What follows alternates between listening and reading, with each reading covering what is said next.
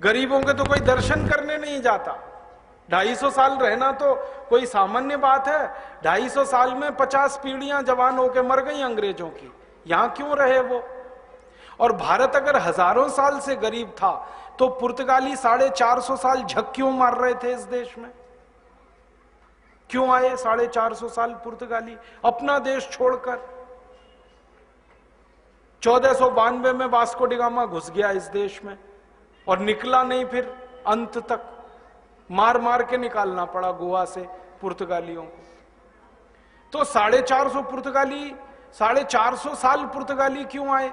250 साल अंग्रेज क्यों रहे?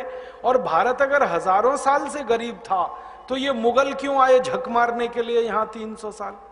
बाबर क्यों आया? उसने सल्तनत क्यों बनाई? गरीबों के देश में जाके कोई राज्य स्थापित करता है क्या? और इतना ही क्यों, मोहम्मद बिन कासिम क्यों आया इस देश में 7वीं शताब्दी में जब हम हजारों साल से गरीब थे? महमूद गजनवी क्यों आया सोमनाथ का मंदिर लूटने के लिए जब हम हजारों साल से गरीब थे? तैमूर लंग क्यों आया? नादिर शाह क्यों आया? अहमद शाह अब्दाली क्यों आया जब हजारों साल से हम गरीब ही थे? तो इनको तो कहीं अमीर देशों में जाना चाहिए था, वो सब यहां क्यों आए? और सिकंदर क्यों आया यहां अगर हम हजारों साल से ही गरीब थे? तो सिकंदर ने अपने गुरु को यह क्यों कहा कि जब तक भारत विजय नहीं कर लेता तब तक विश्व विजय मेरी नहीं होगी, इसलिए भारत को जीतना बहुत जरूरी है।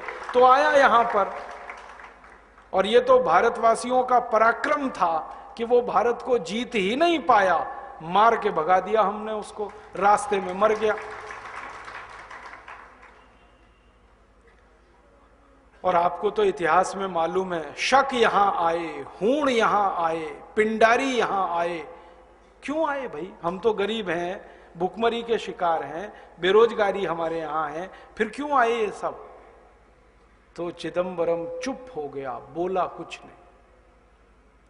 मैंने कहा उत्तर दे दो, अगर ये हजारों साल से ही गरीब देश है तो?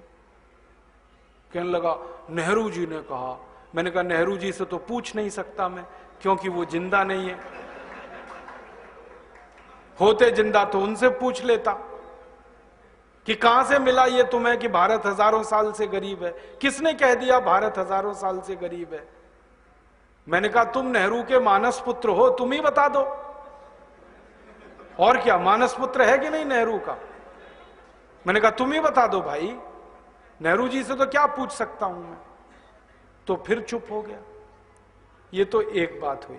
ऐसी एक घटना घटित हुई, मनमोहन सिंह जब भारत के वित्त मंत्री बने और थोड़े दिन बाद फिर प्रधानमंत्री बन गए। पहली बार जब ये प्रधानमंत्री बने तो ऑक्सफोर्ड गए थे, अटल जी के बाद इन्हीं का नंबर आया ना, तो ये गए ऑक्सफोर्ड। वहां पर एक सम्मान समारोह हुआ डॉक्टर मनमोहन सिंह का, उसमें इनको डी लिट की उपाधि दी गई। तो सम्मान समारोह में इन्होंने एक भाषण दिया 40 मिनट, वो रिकॉर्डेड है हमारे पास।